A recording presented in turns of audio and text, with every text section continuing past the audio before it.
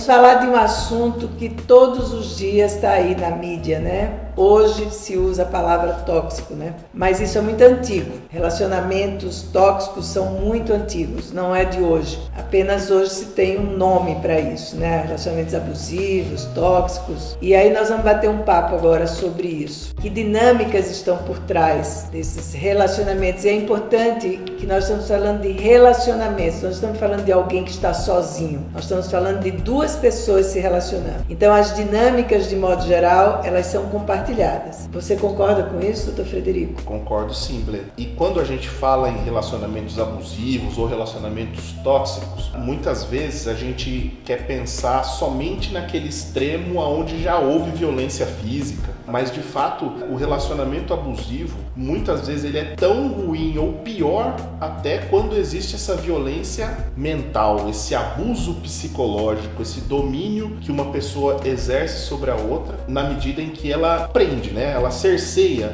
a outra pessoa. Nos relacionamentos abusivos, o que a gente percebe é que os níveis de gradação vão sendo galgados paulatinamente. Sim. Ninguém começa ou permanece numa relação onde no primeiro encontro levou um tapa. Então tudo começa com algumas coisas que vão aos pouquinhos sucedendo e a gente tem mais ou menos um mapa do que o abusador ou do que a abusadora vai fazendo para seduzir e enredar o alvo da sua predação, por assim dizer, e aí é que começa o abuso. Então a gente vai discorrendo aqui aos pouquinhos e aí, se você não me chamar, eu introduzo esses pequenos passos aí que acontecem justamente antes de chegar nesses pontos extremos das relações tóxicas. Então, eu estava lembrando de um filme que eu assisti, acho que muitas pessoas assistiram, né? Que é Dormindo com o Inimigo. Nossa! Né? Que eu acho que ele, com a Julia Roberts, que ele retrata bem essas etapas, né?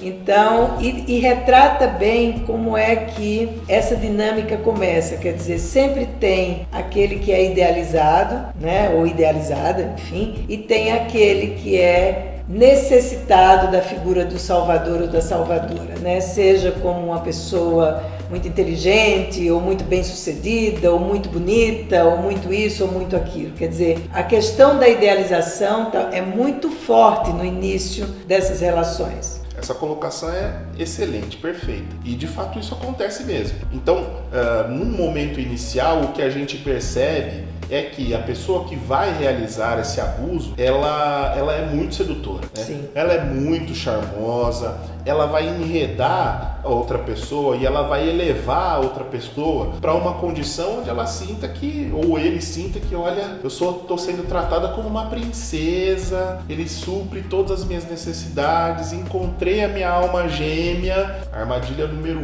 né? Não tem como a pessoa saber até esse ponto, até esse momento, que ela está sendo vítima de alguma coisa que lá na frente pode acabar muito mal. A não ser que, como muitos abusadores já têm, aquela coisa que nós vulgarmente chamamos de capivara. Uhum. É aquele sujeito que, minha vizinha falou que ele batia nela, tá, ele largou da vizinha, agora tá dando em cima de você e você não tá levando em consideração aquela história, né? Comigo não vai acontecer. Esse primeiro passo é esse passo, né, da sedução, de elevar a outra pessoa para que ela sinta que estou em segurança, encontrei a pessoa da minha vida, quero dar o próximo passo. Os próximos passos começam a ser no sentido de gerar uma dependência. Então eu supro todas as suas necessidades, você não precisa falar muito com outras pessoas, você tem que ficar aqui no meu raio de ação. Se precisa eu compro, se você quiser eu levo, se eu não for você não vai.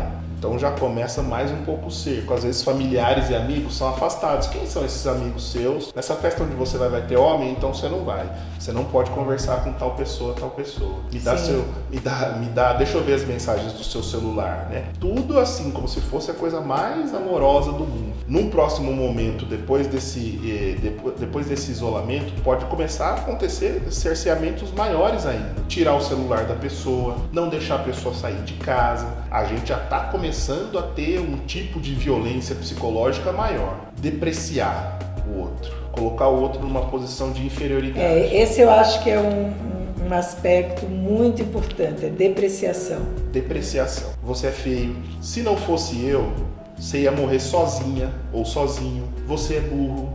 você não consegue nada mesmo. Se não fosse por mim, você tava naquele lugar lá onde eu te encontrei até hoje. Se você me largar, você nunca mais vai ter uma pessoa que te ature. Só eu que te aguento. Que acontece justamente isso. O marido dela pega todo o dinheiro dela, ela ganha mais do que ele pega todo o dinheiro dela, vivem num casamento infeliz, uma vida íntima miserável, ela me conta coisas tétricas no consultório e ela não consegue sair da relação. Então, e essa engrenagem, né? Porque eu fico me perguntando sempre, né? Qual é o clique dessa engrenagem aí que segura, né? Porque uma das coisas mais desafiadoras é a dissolução desse tipo de relação. Sim. E às vezes há uma dissolução de uma e se repete em outra. Sim.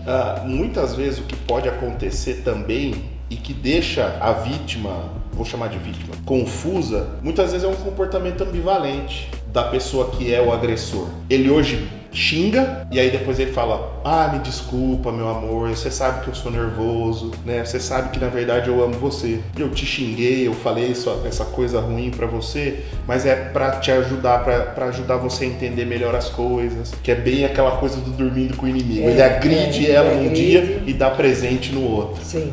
Mas ele me ama, A própria vítima fica confusa. Ela mesma pode achar que a culpa é dela, o que não é incomum também. Pessoas vítimas de agressões terríveis muitas vezes acham que a culpa é dela, sim, né? Sim. Mulheres que sofrem a violência sexual, muitas vezes, até com algum... abusos, né? Até com alguma anuência da sociedade, né? Mas também estava andando com aquele shortinho. Sim. Mas também o que estava fazendo no escuro aquela hora, né? Quer dizer, poxa vida, a culpa é da vítima, então. Nesses relacionamentos abusivos, os mecanismos básicos são esses. E é isso. É um clique que é difícil de ser encontrado. Eu não tenho resposta para essa pergunta. Eu tenho bastante pacientes insatisfeitas com seus casamentos por níveis diferentes de incompatibilidades, algumas sofrendo abuso, e outras não, mas tem de tudo, né? Desde violência psicológica até violência física, de fato. Mas pouquíssimas conseguiram dizer: olha, eu vou sair dessa, Sim. eu vou em frente sozinha. Agora é interessante, só para a gente numa próxima vez talvez continuar, né? Porque é um assunto tão extenso e com tantas variações, né? Existe um autor que foi, né, discípulo do Freud, que é o Ferenczi. Ele tem um texto, um trabalho que chama Confusão de Línguas, né? E ele vai falar nesse trabalho, acho que chama assim, Confusão de Línguas. E ele vai falar nesse trabalho exatamente sobre crianças que foram abusadas, né? E como isso, por pessoas que teoricamente estariam ali para protegê-las, né? Então, como isso vai criando uma distorção de percepção das linguagens. Então, é muito comum a linguagem da ternura ser confundida com a linguagem da violência e vice-versa. E a pessoa que normalmente na vida sofreu abusos, e abusos não é somente sexuais, mas abusos de todas as naturezas, quando criança, você tem um ataque muito grande à percepção. Então são aquelas pessoas que nunca sabem direito se o que elas estão sentindo mesmo, se o que elas estão vendo, elas estão vendo,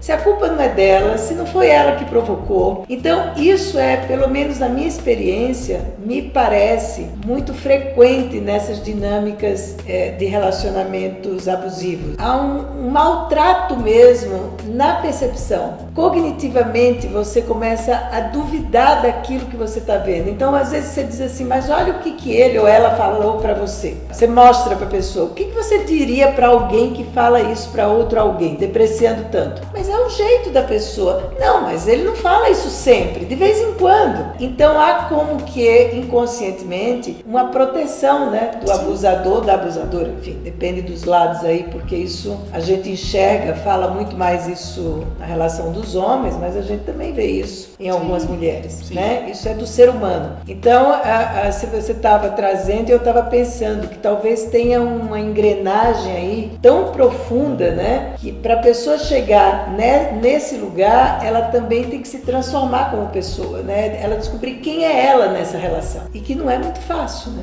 Não é nada fácil. Adorei. Quero ler. Quero ler. É muito interessante isso aí, porque a gente fala, nos anos 60 se falava muito da mãe esquizofrenizante, lembra? Se falava muito disso, né? Que é a mãe da dupla mensagem, né? Sim. Que você manda duplas mensagens. Então, você é meu filho, meu príncipe, mas daqui a pouco você é o peso da minha vida. Então, são mensagens contraditórias que vão, de fato, criando uma dificuldade muito grande de percepção, e é muito fácil se abandonar na mão de alguém que promete paraíso para você em termos existenciais. Sim, e eu percebo também que essas pessoas, muitas vezes, o sujeito que é o abusador, ele tem o aval da família dele, por exemplo. Eu tenho uma paciente que é assim, o esposo dela é um abusador, a família toda tá do lado dele, enquanto ele deprecia a ela, e ela tem os 2 filhos dele, e ele faz tudo o que ele quer. Quando eles brigam, ele vai passar dias na casa da mãe, depois ele volta, e toda a família acha que ela que não tem valor, e ela não consegue se desenredar dessa relação. Então, muitas vezes existe isso também, né? Tem uma validação de quem tá lá atrás, e a pessoa tá sozinha, a vítima. Sim, né? Sem dúvida, sem dúvida. Então, realmente é uma questão, assim, muito complexa, não tem resposta simples. Não. A gente não pode dar conselho para essas pessoas, né? Do tipo, doutor, então se chegar no seu consultório, você vai falar assim, você apanha dele e larga. Não, jamais eu diria alguma coisa assim. A pessoa é que tem que ter essa conclusão e tomar a decisão por si mesma. Mas muitas vezes é um tratamento que a gente faz visando minimizar danos. A pessoa chega e fala, doutor, olha, toda vez que eu chego em casa ele me xinga e eu não estou me sentindo bem por causa disso. Aí eu vou lá e dou um antidepressivo para ela, né? Ou seja, não que o antidepressivo não vá trazer algum tipo de alento, porém, enquanto esse estímulo agressivo não sair, sim, você não vai curar, né? Não vai tratar dessa Fala assim, situação. eu quero medicar seu marido, ele vem, né? Esse tipo de pessoa não tem problema, né? O problema são os outros. Muitas vezes narcisistas também. Pois é, eu acho que esse é um assunto que a gente vai voltar a conversar sobre ele, e acho que é muito importante a gente ter cuidado com certos estereótipos e preconceitos quando a gente vai falar sobre relações abusivas, que é hoje tão abusivamente falado, sem entender a história e a real condição daqueles que estão envolvidos ali. Obrigada, doutor Frederico.